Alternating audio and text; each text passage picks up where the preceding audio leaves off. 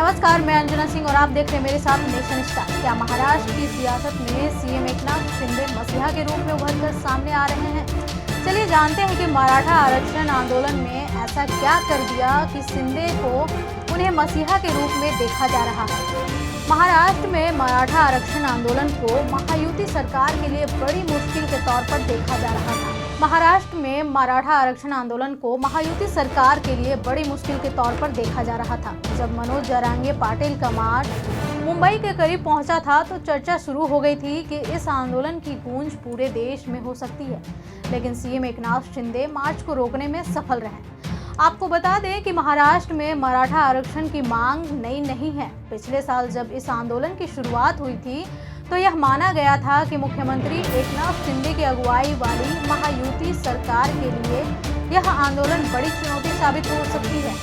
हालांकि जालना में लाठीचार्ज के मामले को छोड़ दिया जाए तो महाराष्ट्र सरकार इस आंदोलन को संभालने में सफल रही है। जून 2020 में जब बीजेपी ने चौंकाते हुए राज्य की कमान एकनाथ शिंदे को सौंपी थी तो ऐसा माना गया कि शिंदे को सीएम के तौर पर अनुभव बहुत कम है, या कहें कि ना के बराबर है। लेकिन मराठा आरक्षण के मोर्चे पर उनके द्वारा लिए गए फैसलों ने अब इस चर्चा पर विराम लगा दिया है। 19 महीने के कार्यकाल में सीएम शिंदे एक नई लकीर खींचते हुए नजर आ रहे हैं।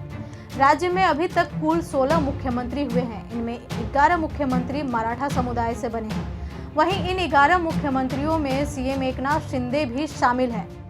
मराठा आरक्षण को हैंडल करने को एकनाथ शिंदे ऐसे वक्त पर सुर्खियों में है जब उनके साथ फ्रेम में देवेंद्र फडणवीस और अजित पवार जैसे राज्य के दो कद्दावर नेता भी हैं। देवेंद्र फडणवीस राज्य में पूरे 5 साल तक सरकार चला चुके, तो वहीं अजित पवार 5वीं बार डिप्टी सीएम हैं। लेकिन मराठा आंदोलन को देखें तो पहली बार मुख्यमंत्री बने एकनाथ शिंदे दोनों से आगे दिख रहे हैं।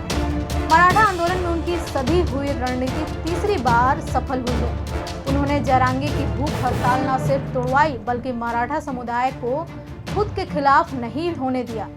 राज्य में एकनाथ शिंदे जिस तरह से मराठा आरक्षण के मुद्दे को हल कर रहे हैं, उससे उनकी छवि मराठा मसीहा के तौर पर उभरकर सामने आ रही है।